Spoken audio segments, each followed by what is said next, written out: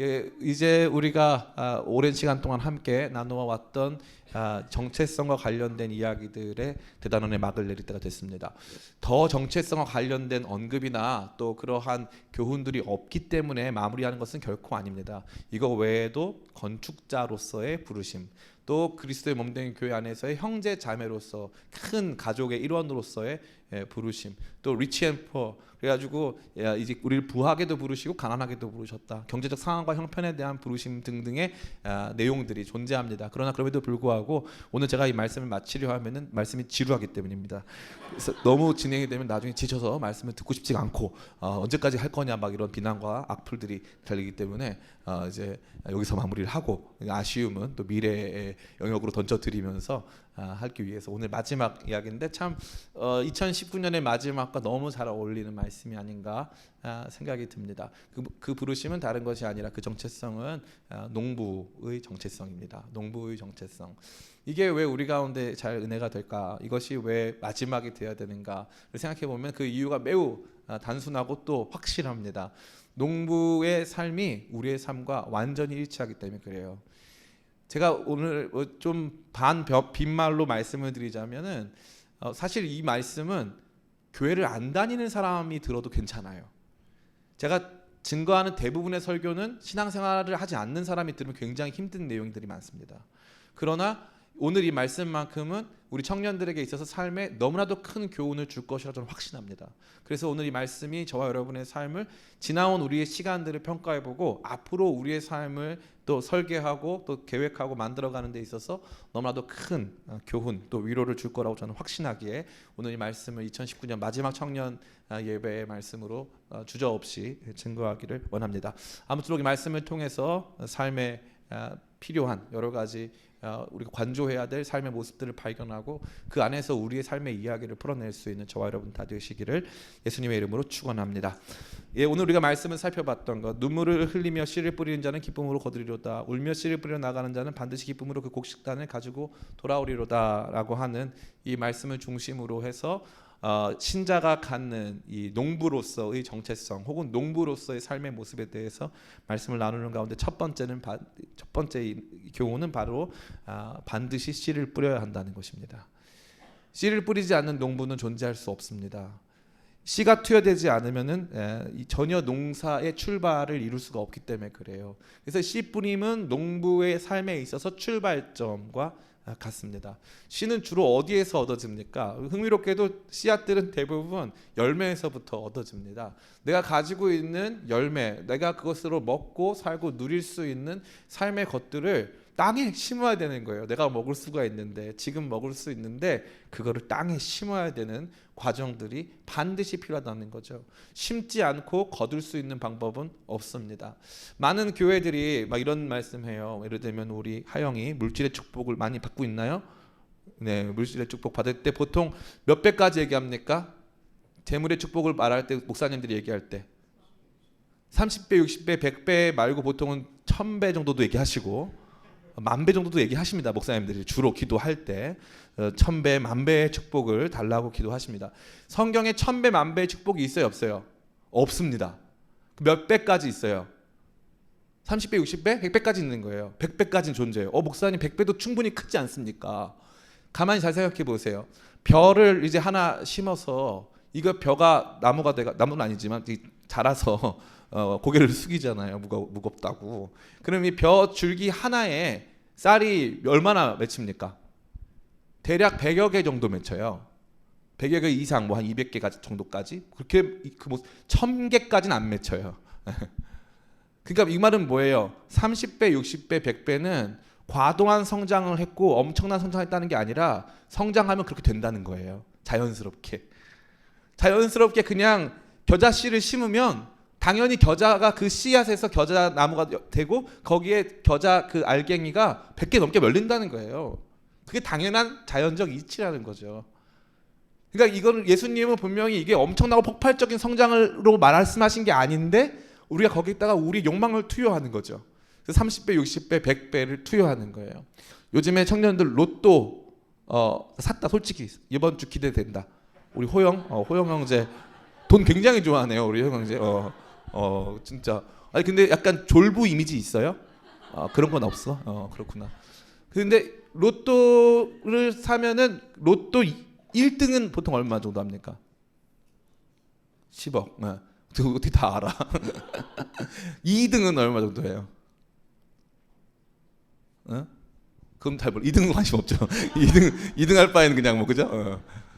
2등을 해도 생각해 보면은 많이 잡아봤자 뭐 한 10,000배 정도, 한 1,000배 정도 아마 정도 될 밖에 안 될 거예요. 그러니까 우리가 생각했을 때 엄청나게 우리 삶에 행운이 다가온다 할지라도 막 수천 배, 수만 배 이렇게는 안 된다 이거예요. 삶은 절대 그렇게 이루어지지 않습니다. 한 번도 뿌린 적이 없는 열매를 얻었다. 도둑질한 거예요. 주순 거든지 아니면 잘못 온 거예요. 이게 굉장히 중요한 거예요. 신자에게 있어서 반드시 필요한 정체성은 농부 정체성인데 내가 심지 않았는데 거뒀다. 물론 하나님께서 그 은혜를 주실 때가 있지만 나는 그 분야에서 노력을 안 했는데 그 분야에서 아무런 준비를 하지 않았는데 그거에 따른 결과가 왔다. 재앙입니다.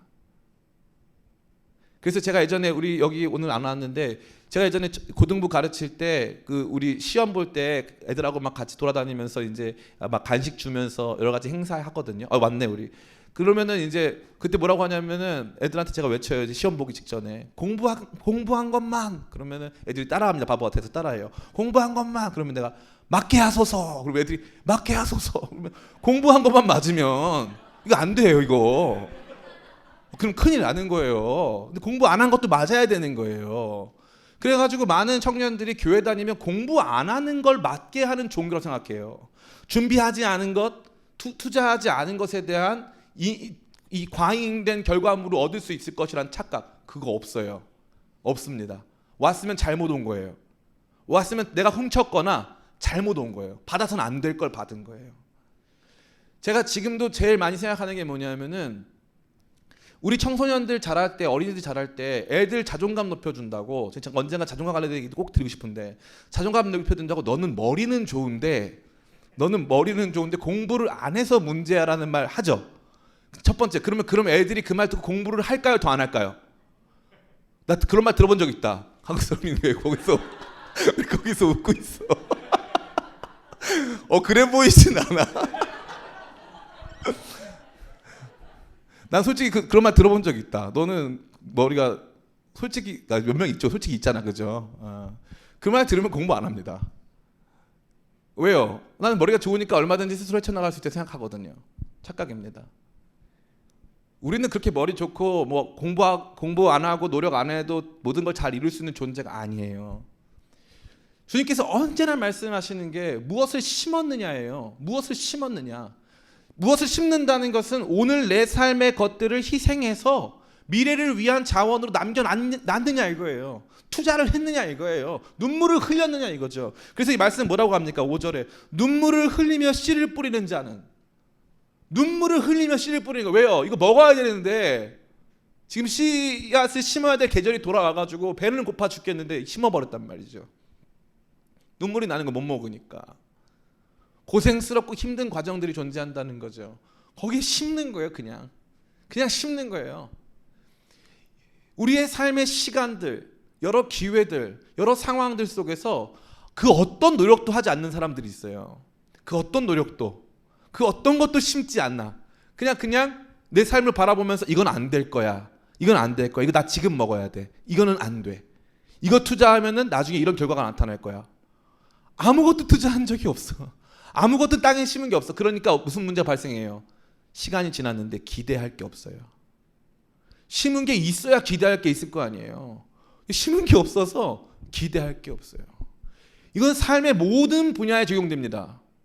내가 무엇을 얼마만큼 수고하고 노력했느냐, 어떠한 시간을 투자했느냐, 어떤 자원을 투자했느냐에 따라서 그거에 따른 결과를 받는 것이지 전혀 상관없는, 신앙은 절대 그렇지 않아요. 주님께서 끊임없이 우리에게 말씀하시는 것은 농부의 정체성의 핵심은 심느냐 안 심느냐 문제. 이것을 조금 더 확장돼 생각해 본다면은 단순히 이 문제를 무엇을 심느냐 안 심느냐 문제를 그냥 우리 개인적인 삶의 문제로 다룰 수 있지만 또 신앙적인 내용 차원에서도 다룰 수가 있어요. 그것은 뭐예요? 갈라디아서 우리 6장 7절 8절 말씀을 같이 한번 좀 읽어봤으면 좋겠습니다. 갈라디아서 6장 7절 8절 말씀 같이 한번 우리 읽어보겠습니다. 시작. 스스로 속이지 말라. 하나님은 업신여기면 받지 아니하시나니 사람이 무엇으로 심든지 그대로 거두리라. 자기의 육체를 위해 심는 자는 육체로부터 썩어질 것을 거두고 성령을 위하여 심는 자는 성령으로부터 영생을 거두리라. 아멘. 무엇을 심느냐? 자, 여기 굉장히 중요한 포인트가 등장하죠. 자, 이제 심어야 되는 것에 대해서 아까 말씀드린 보편적 가치들에 대해서 말했어요. 아마 웬만한 사람 신앙 없어도 다 받아들일 수 있습니다. 그런데 문제가 뭐냐면은 육체의 것을 심을 것이냐 영적인 것을 심을 것이냐는 거죠. 영적인 것을 심어본 적이 없단 말이에요, 삶에서. 근데 내가 신앙이 좋아지거나 주님을 더 깊이 알아가는 것을 기대할 수 있다 없다? 없다는 거예요. 없어요. 그게 불가능합니다. 제가 제일 힘들어하는 타입의 교회나 어떤 설교자는 어떤 타입이냐면은 어저께까지 개판으로 살다가 갑자기 하나님을 뜨겁게 만나가지고 막 간증하러 다니시는 분들 있죠. 저는 그분들 안 믿습니다. 안 믿어요. 그래서 그런 분들 안에는 나중에 반드시 큰 문제가 생겨요. 대표적인 분들이 같은 분들이에요. 그분이 이제부터 그분이라고 할게요. 그분이 옛날에 어떤 일이 있었냐면은 한번 되게 힘들다가 회심을 한 적이 있었어요. 연예가 중계라고 하는 TV에 나와가지고 내가 그때 힘들었던 이유는 하나님 앞에 겸손하지 못했기 때문이다. 이 얘기를 계속 생방송이었거든요. 그 당시에는 그 얘기 계속 하니까 계속 이 리포터가 그 방향을 바꾸는 거예요. 대화의 방향을. 그래도 뭐 다른 거 무슨 율법이나 이런 거 뭐 의지하신 게 있지 않을까요? 아니요. 저는 하나님께 교만했기 때문에 그 징벌을 받은 겁니다. 계속 이런 말 하고 있는 거예요. 약간 그분 특이하시잖아요. 그러니까 나중에는 대화가 안 되는데 어떤 목사님이 뭐라고 하냐면은 그날 제가 다니던 교회였어요. 그 목사님이 속으로 더 하라고, 더 하나님을 증거하라고 방송에서 생방송으로 막 그랬다는 거예요. 근데 지금 생각해 보니까 이제 와서 생각해 봤는데 그건 매우 좋지 않은 생각이에요. 여러분 잘 보셔야 돼요. 누가 무엇을 심고 있느냐. 심은 것에 따른 열매를 맺는 거예요. 영적인 일들을 위해서 투자하는 사람, 영적인 삶을 위해 자기 삶을 희생하는 사람들, 그 사람들은 반드시 영적인 것을 거둘 수 있습니다. 그러나 단 한 번도 영적인 일들에 대해서 희생하고 투자하고 헌신한 적이 없는 사람들이라면 그러한 것을 기대조차 할 수 없는 것이죠. 이게 농부가 보여주는, 농부 정체성이 보여주는 가장 중요한 포인트입니다. 무엇을 심느냐 안 심느냐. 저는 여러분에게 꼭 이 말씀 드리고 싶어요. 2019년의 마지막 시간입니다. 이 마지막 예배 시간에 여러분들이 지난 한 해 동안 거둔 열매를 생각해 보시길 바라요. 만약에 내가 거둔 것이 없어서 속상하고 남보다 이 소출이 좀 작은 것으로 말미암아 마음 아팠다면 여러분에게 되게 묻고 싶은 것 중에 하나는 여러분은 무엇을 심었느냐 이거죠. 어디에 시간을 들였고 어디에 삶의 헌신을 올려드렸느냐, 무엇을 심었느냐. 특별히 신앙생활이 날로 가면 갈수록 조금씩 더 나빠지고 계신 분들 계시죠. 제가 감히 물어봅니다. 2019년 동안 여러분들은 어떠한 영적인 씨앗들을 심어 오셨습니까? 여러분의 심장 안에, 여러분의 삶에 어떠한 영적인 것들을 심어 오셨습니까? 저는 제가 지금 목사지 않습니까? 많은 사람들이 생각해요. 목사님은 아무 문제가 없을 것이다. 아니에요. 그렇지 않습니다. 목사임에도 불구하고 저는 심어요. 끊임없이 말씀을 듣습니다. 들을 뿐만 아니라 아까 보신 선교사님 같은 분들의 얘기를 계속 듣고 그분들과 교제해요. 그게 없으면 저 죽습니다. 왜냐하면 저는 심지 않았기 때문에 거둘 게 아무것도 없잖아요. 그잖아요. 그런 과정들이 저에게는 너무나 제 영혼을 살리는 귀중하고 소중한 시간이 되는 것입니다. 아무쪼록 2020년에 여러분 삶에 주어진 하나님께서 주실 위대한 열매들을 기대하면서 하나님 앞에 우리가 드려야 할 씨앗들을 심어가는 저와 여러분들에게 간절히 원합니다. 우리 두 번째입니다. 농부에게 있어서 굉장히 중요한 것이 하나 있는데 따라해볼까? 역할 분담. 네, 농부는 역할 분담이 굉장히 중요합니다. 많은 사람들이 생각했을 때 농부는 혼자 다 하는 것 같던데요. 잘 한번 봅시다. 우리도 고린도전서 3장 5절부터 8절입니다. 같이 한번 읽어보겠습니다. 시작. 그런즉 아볼로는 무엇이며 바울은 무엇이냐. 그들은 주께서 각각 주신 대로 너희로 하여금 믿게 한 사역자들이라. 나는 심었고 아볼로는 물 주었으되 오직 하나님께서 자라나게 하셨나니 그런즉 심는 이나 물 주는 이는 아무것도 아니로되 오직 자라게 하시는 이는 하나님뿐이니라. 심는 이와 물 주는 이가 한 가지이나 각각 자기 일한 대로 자기의 상을 받으리라. 아멘. 여기에서 굉장히 흥미로운 부분이 등장합니다. 그것은 뭐냐면 나는 심었고 아볼로는 물 주었다는 거죠. 그런데 제일 중요한 게 뭔지 알아요? 내가 심었다고, 내가 물을 줬다고 식물이 자라는 게 아니라는 거예요. 식물은 하나님이 자라게 하신다는 거죠. 가끔 보면은 나 집에서 부모님이 농사 짓습니다. 우리 하시는 분, 몇 분 계시잖아요. 네, 농사 짓습니다 하시는 분 계신데 농사를 지어서 시간이 오랫동안 지속되면은 이제 노하우가 생기잖아요. 그 노하우가 생긴 농부는 농작물 피해를 전혀 보지 않는다, 아니면 그 농부도 농작물 피해를 본다. 네, 누구나 농작물 피해를 봐요. 농부들한테 물어보면 100%예요, 100%. 이거는 내 테크닉과 상관이 없어요. 물론 테크닉이 굉장히 중요한 부분들을 프로텍션, 지켜줘요. 그런데 그걸 지켜주는 거 말고 농작물의 소득을 극대화하는 데 있어서는 내가 하는 게 아니고 하늘이 하고 땅이 하고 그 작물이 알아서 하는 거예요. 농부들은 주로 놀래요. 올해는 이게 많이 열렸네 이렇게 말해요. 올해는 이게 잘 됐네 이렇게 말하지, 내가 잘했다고 생각하는 농부는 뭐 많이도 있겠지만 모든 부분까지 내가 다 개입해서 내가 다 할 수 있다고 생각하는 농부는 없습니다. 하늘이 도와야 농사가 되는 거예요. 농사가.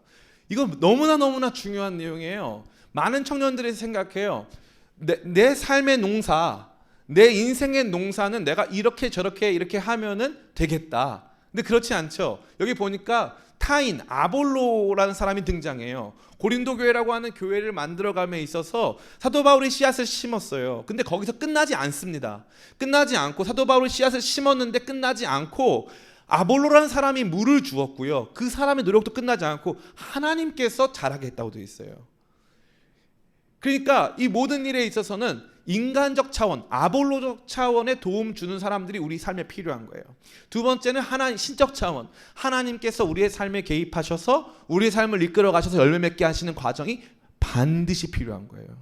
그러니까 농부가 된다는 것은 반드시 씨앗을 심어야 되는 것이고, 씨앗이 자라 열매를 맺는 모든 과정이 나 혼자 되는 것이 아니라는 걸 인식하는 거예요.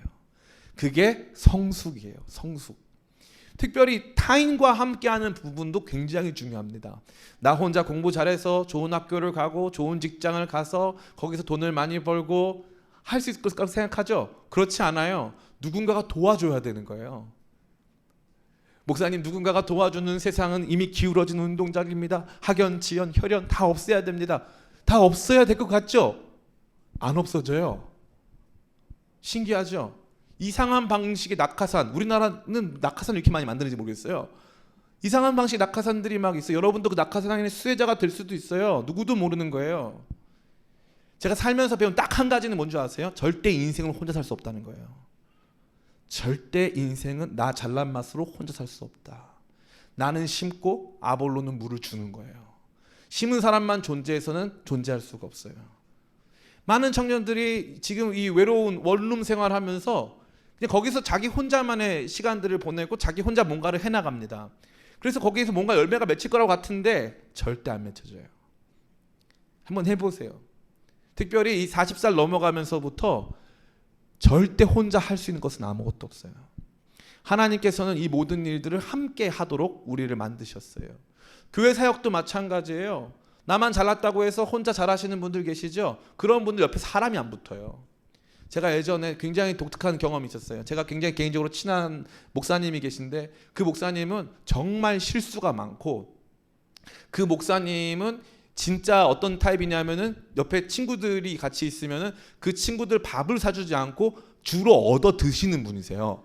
그 옆에 있는 친구들이 너무 힘들어하는 분이에요. 그래서 제가 이제 사역을 딱 시작하면서 이제 우리 단체를 만들면서 나를 도와줄 사람 여기 붙어라 이렇게 했어요.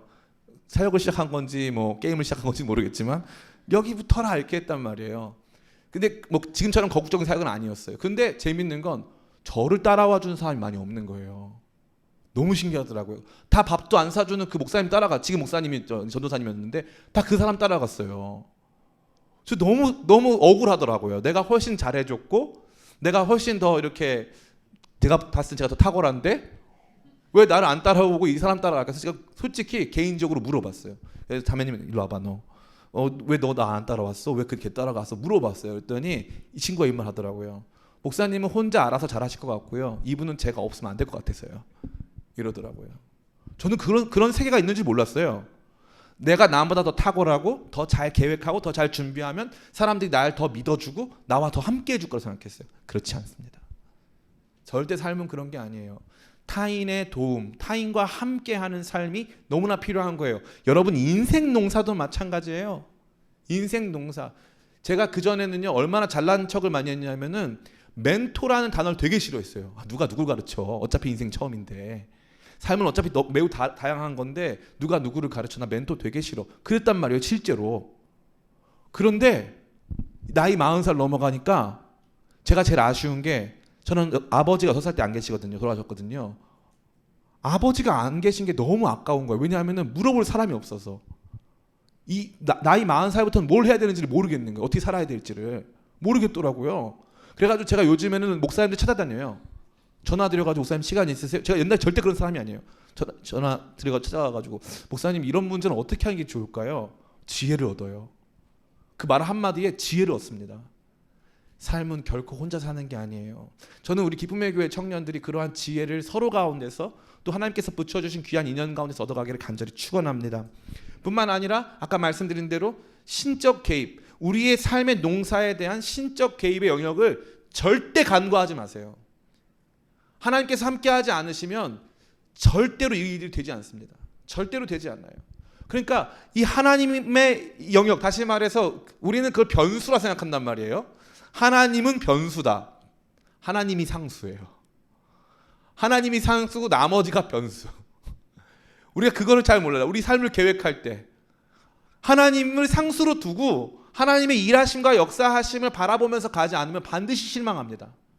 반드시 실망해요. 수많은 사람들이 이 부분에 대해서 너무나도 모르는 거죠. 씨앗을 심었어요. 내가 씨앗 잘 심었고 제때 심었고 바른 방식으로 심었고 좋은 씨앗을 심었으니까 때가 되면 반드시 이룰 거야. 그렇지 않습니다. 다른 사람들의 도움이 필요하고 하나님의 신적 개입이 무조건 필요한 거예요. 무조건.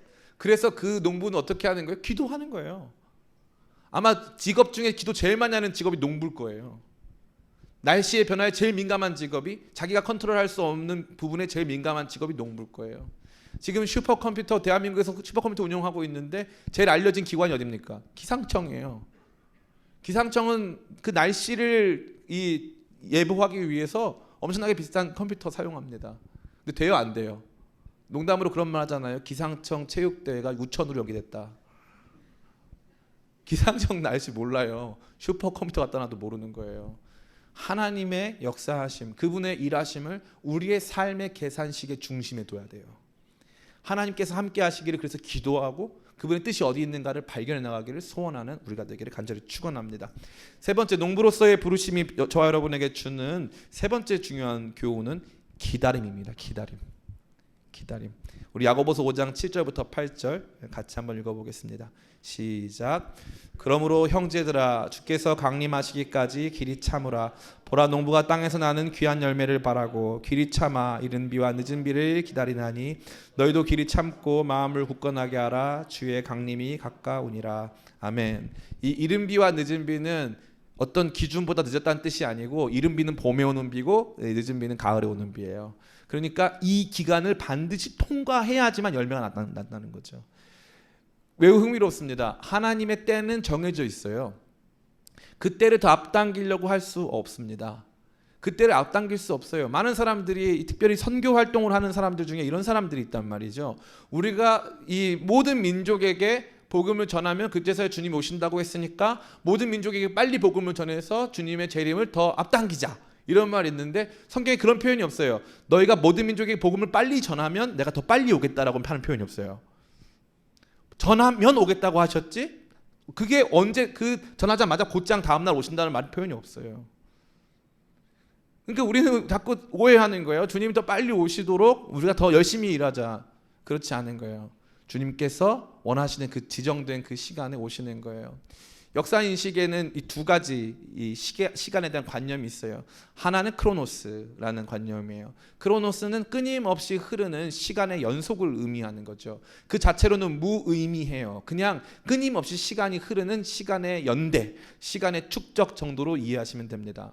그런데 성경에 등장하는 핵심적인 바로 그때를 의미할 때 사용되는 것이 카이로스예요. 이 카이로스는 의미 있는 시간을 말하는 거예요. 바로 그 지점을 말하는 거죠. 그러니까 우리 신자들에게 있어서 오늘 이 시대를 농부와 같은 마음으로 살아가는 우리에게 있어서는 크로노스의 시간이 당연히 중요하겠지만 더욱 중요한 시간은 바로 카이로스예요. 하나님의 때가 온다는 거죠. 많은 사람들이 생각해요. 하나님의 때가 안 오면 어떡합니까? 와요. 절대 잊지 마세요. 뭐 인생에 3번의 기회 온다고 하잖아요. 3번의 기회 뭐 그거 외우든지 안 외우든 상관없어요. 반드시 하나님이 여러분을 찾으시고 사용하는 때가 옵니다. 그 때가 반드시 와요. 그러니까 그 때가 올 때까지 우리에게 요청되는 것은 기다림이에요. 기다림. 요즘에 제가 영어 이름이 존인데요. 제가 워낙 유명해져 가지고 요즘에 저와 관련된 단어들이 아주 많이 나오고 있어요. 존 맛, 존 멋, 그다음에 존 잼, 뭐 이런 단어들 굉장히 요즘에 알려지고 있죠. 그죠? 그래서 제가 개인적으로 외부에 집회 나가면 굉장히 편해요. 사람들이 저를 알아봐 주니까. 제 이름이 존입니다 하면 다 알아요. 저를 다 압니다. 근데 그 중에 이제 제가 제 해석이 안 된 게 있었어요. 그 미국의 코미디언 중에 빌 버라고 하는 사람이 있는데, 그래서 저는 이제 그 존 붙어 있는 이름 중에 존 버라는 게 있더라고요. 저 사람 이름인 줄 알았어요. 그래서 존 버는 이긴다 이런 표현이 있어가지고 사람인가 보다 했어요. 근데 그게 아니었던 거죠. 그래가지고 그거는 이제 그러니까 버틴다라는 개념이에요. 이제 쭉 버티겠다 뭐 이런 뜻. 그냥 쭉 버틴다 이런 거죠. 우리 많은 사람들이 이거를 모르는 거예요. 기다림이라고 하는 게 얼마나 중요한 건지를 모르는 거죠. 근데 증권 투자나 또 여러 가지 사업 영역에 있어서 이 버텨온 사람들이 보여주는 그들의 진짜 엄청난 수준의 수익차, 엄청난 수준의 결과물 달라요. 그때 만드는 게 아니란 말이에요. 그러니까 삶의 즉흥성이 아닌 씨앗을 심고 씨앗이 자랄 때까지 기다려낼 수 있는 삶의 시간을 가질 수 있는 삶의 기다림이라고 하는 것들을 아까 말씀드린 그 계산식의 상수에 포함시킬 수 있는 능력이 필요한 거예요. 죄는 뭐냐? 지금 당장 내가 원하는 대로 이 죄예요. 하나님 먹지 말라고 했는데 지금 당장 내가 원하니까 먹어야 되겠는 거죠. 그게 죄의 핵심이에요. 그럼 의는 뭐냐? 하나님의 때에 하나님의 방법으로 하나님의 뜻이 이거예요. 하나님의 때가 온단 말이에요. 그때까지 어떻게 기다리는 거예요. 버티는 거예요. 그 과정이 쉬워요, 어려워요? 어려워요. 쉽다고 한 적 없어요. 어려워요. 이른 비와 늦은 비를 기다리느냐고 나와 있죠. 이게 무슨 뜻이냐면은 이른 비가 충분히 오지 않고 늦은 비가 제때 안 오면 다 말라 죽습니다. 그 기다림의 시간 동안 적절한 타이밍에 적절한 이 뭐라고 합니까?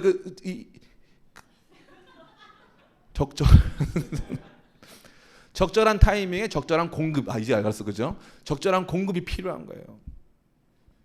그러니까 어떻게 해야 되는 거예요? 그 기다림 과정 속에 필요한 순간에 그 일이 임하도록 기도하고 또 기다리는 거죠. 근데 우리는 어떻게 해요? 난 지금 이게 없어. 난 지금 이게 필요한데 지금 이게 없으니까 끝났어. 절대 농부 마인드가 아니에요. 아니 씨를 안 심었는데 어떻게 그게 지금 있을 수가 있느냐. 오늘 우리가 가지고 있는 건 과거에 뿌려놓은 씨앗으로 말미암는 것들이죠. 그게 없다면 그걸 가질 수가 없는 거예요. 기다림의 영역이 필요한 거예요. 기다림. 제가 우리 기쁨의 교회가 첫 해에 100명을 돌파했어요. 첫 해 지나서 2016년 3월에 부활주일이 됐는데 마지막에 우리 처남이 딱 들어오면서 100명을 딱 채웠어요. 그래서 선포하고 막 박수치고 우리끼리 좋아했단 말이에요. 100명을 넘었어요. 그러고 나니까 제 마음 안에 조바심이 막 나오기 시작하는 거예요. 이 100명을 넘었으니까 그 다음에 200명 내년에 또 넘을 것이고 그 다음에 300명 넘을 것이고 그다음에 5년 차니까 지금 500명이 산술적으로 넘어 있어야 되는 거죠. 근데 그건 우리 계산인 거죠. 그건 우리 생각이에요. 그게 아니에요. 기다림이 있어야 돼요. 기다림이. 제가 그동안 제일 잘못했던 게 뭐냐면은 너무 엄청나게 성장했던 교회들을 롤모델로 삼고 살아왔다는 점이에요. 물론 그게 없었다면 이렇게 열심히 하지 않았을 거죠. 그러나 그럼에도 불구하고 세상에 존재하지 않는 상위 1%의 삶의 내용을 내 삶에 적용시켜가지고 나는 그런 상위 1%의 삶의 내용이 임하는 삶일 것이라고 착각한 거예요. 제가 제일 싫어하는 기독교 용어 중에 기적이 일상이 되는 삶 이거예요. 기적이 일상이 된다는 건 심지 않은 것을 거두고 아직 때가 안 됐는데 얻게 된다는 뜻이에요. 그게 기적이 일상이 되면 문제가 어디 있어요? 일상은 어디 갔어? 일상이 없어져요. 이거는 전혀 크리스찬적인 방법이 아니에요. 사람들은 기독교 신앙을 램프의 진이처럼 생각해요. 그렇지 않습니다. 그렇지 않아요. 기독교 신앙은 램프의 진이가 아니에요. 삶을 맞닥뜨리게 하죠. 오히려 로또 같은 거 살 필요가 없는 거예요. 호영 형제. 삶을 맞닥뜨리게 하는 거예요. 최선을 다하게 하는 겁니다. 그게 우리의 삶의 내용이 되는 거죠. 사랑하는 청년 성도 여러분, 전 여러분 모두가 그러한 삶 되기를 축복합니다. 삶에 정말 필요한 요소 중에 하나가 바로 이 기다림의 영역이에요. 여러분 2019년 많이 힘드셨죠? 아직 때가 안 된 것 같죠? 여러분 알고 있죠? 기다리세요. 기다리세요. 버티세요. 이른 비와 늦은 비가 오기를 제때 오기를 기도하면서 기다리는 거예요. 최선을 다하는 거예요. 농부로서 내가 해야 될 역할들을 다하면서 그냥 기다리는 게 아니죠.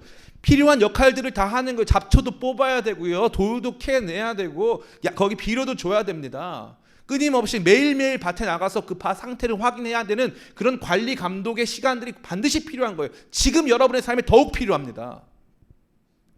지금 안 뿌리고 있는 지체들이 있죠. 아직 삶에 제가 누누이 말씀드리는데 혹시 아직 내 진로를 모르겠다 하시는 분들은 아무 회사나 들어가 봐라 이거예요. 그게 여러분의 커리어에 심각한 이 어려움을 줄 것 같죠? 그렇지 않습니다. 오히려 아무것도 안 하는 게 여러분 커리어에 더 큰 영향을 미쳐요. 그냥 일단 주어지는 자리로 가보는 거예요. 그러면 또 게임이 달라져요. 또 삶이 달라져요. 대학은 여러분 인생의 전부가 아니에요.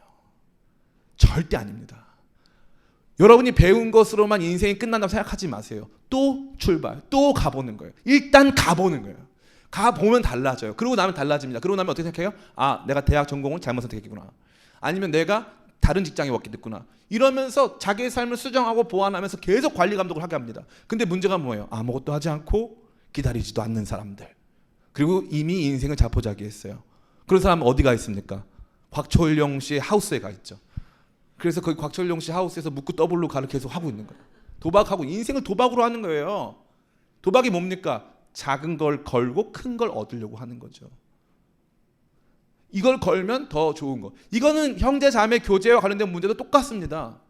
내 자신이 좋은 사람이 아닌데 내가 충분히 좋은 배우자로서 준비가 안 됐는데 다른 사람을 감히 평가하거나 다른 사람을 다른 기준으로 세상적 기준으로 평가해서 이미 넌 내 짝이 아니야 라고 선포한 사람들 너무 많아요.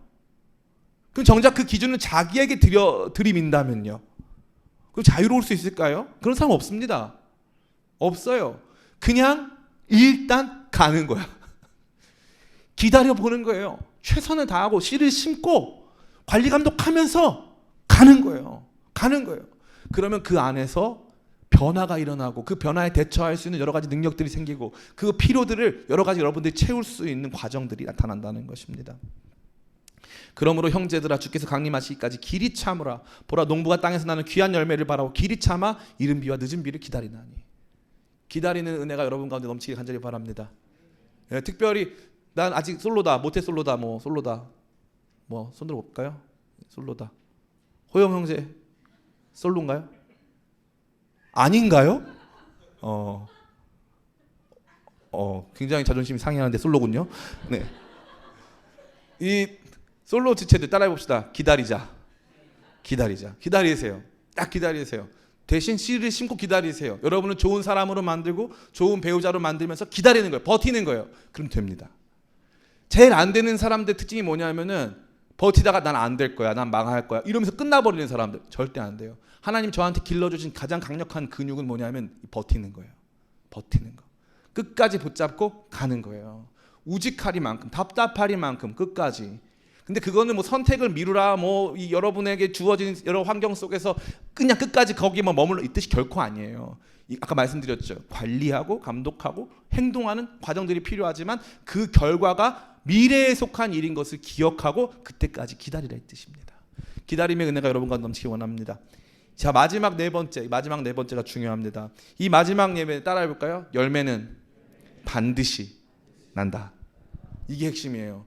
열매는 반드시 난다. 농부가 농부로서 살아갈 수 있게 하는 가장 큰 힘은, 그래서 씨앗도 심고 그래서 협업을 통해서 하늘의 뜻을 구하고 주변 사람들의 도움을 구하면서 이 농업을 계속할 수 있는 유일한 힘은 반드시 열매는 난다, 이 믿음이에요.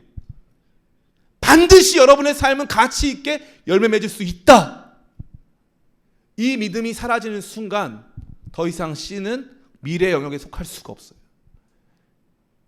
반드시 열매는 납니다. 갈라디아서 6장 9절 그 같이 한번 읽어보겠습니다. 시작. 우리가 선을 행하되 낙심하지 말지니 포기하지 아니하면 때가 이름에 거두리라. 아멘. 우리 한 번 더 9절 말씀 시작. 우리가 선을 행하되 낙심하지 말지니 포기하지 아니하면 때가 이름에 거두리라. 아멘. 포기하지 아니하면 때가 이름에 거두리라.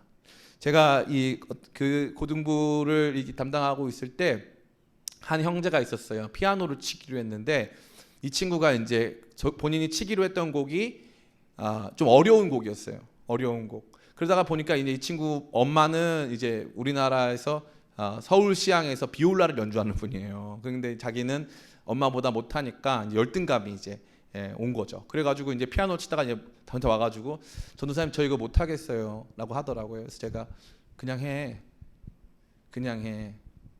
포기하는 거가 실패야. 포기 안 하면 실패 아니야. 포기 안 하면 실패 아니에요. 포기 안 하면 열매가 나요. 포기하면 열매가 안 나. 열매를 봐야 돼.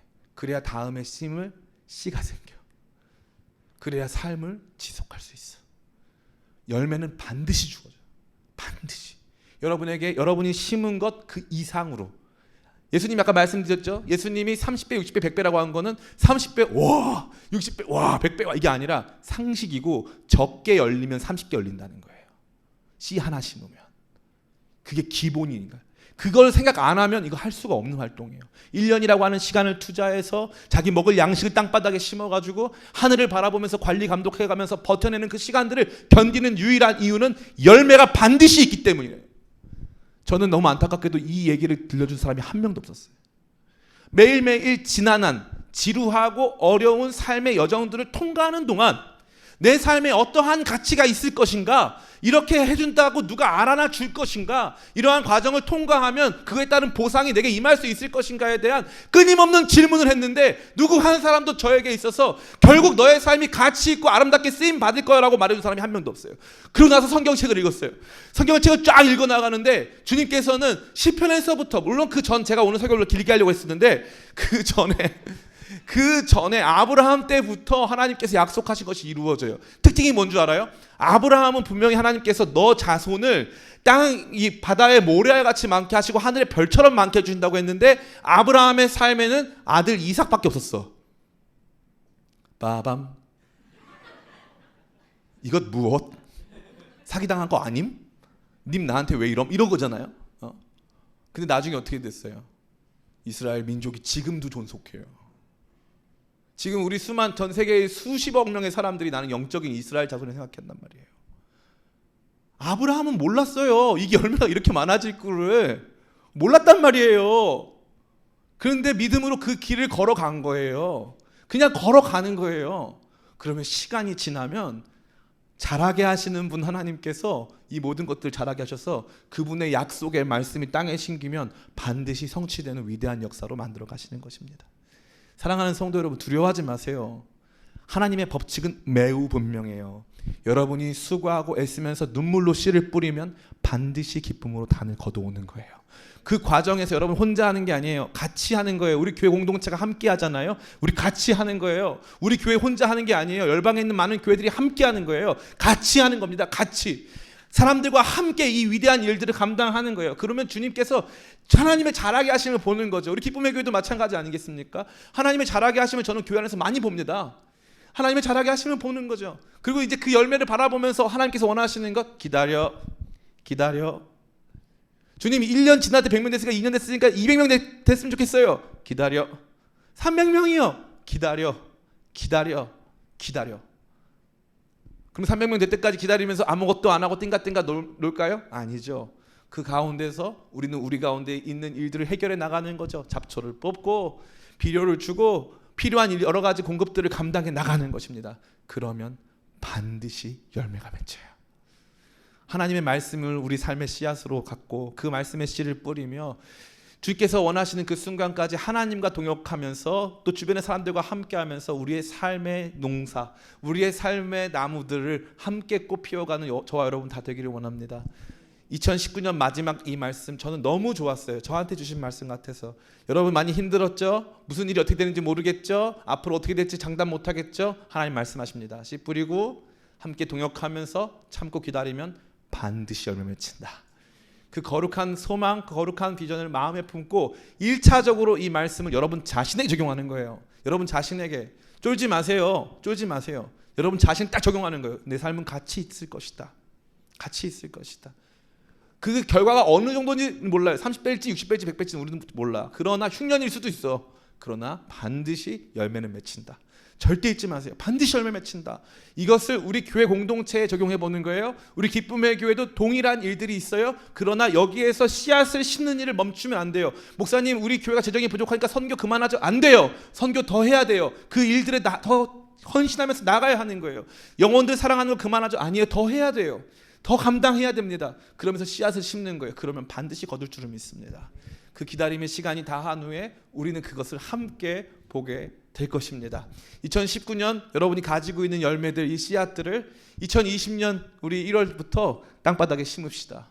그래서 내가 심은 것의 열매가 부끄럽지 아니하도록, 내가 심은 것의 열매를 주님께서 자라게 하시는 과정을 지켜보는 기쁨을 누리도록, 그래서 나중에 그 열매로 수많은 사람들이 먹고 함께 누리는 것을 체험하도록 주님, 농부의 정체성 가지고 지난 한 해를 생각해보고 앞으로의 미래를 준비할 수 있도록 나를 준비시켜 주시옵소서. 이러한 제목으로 나가는 우리 모두가 되기를 예수님의 이름으로 축원합니다. 생명의 말씀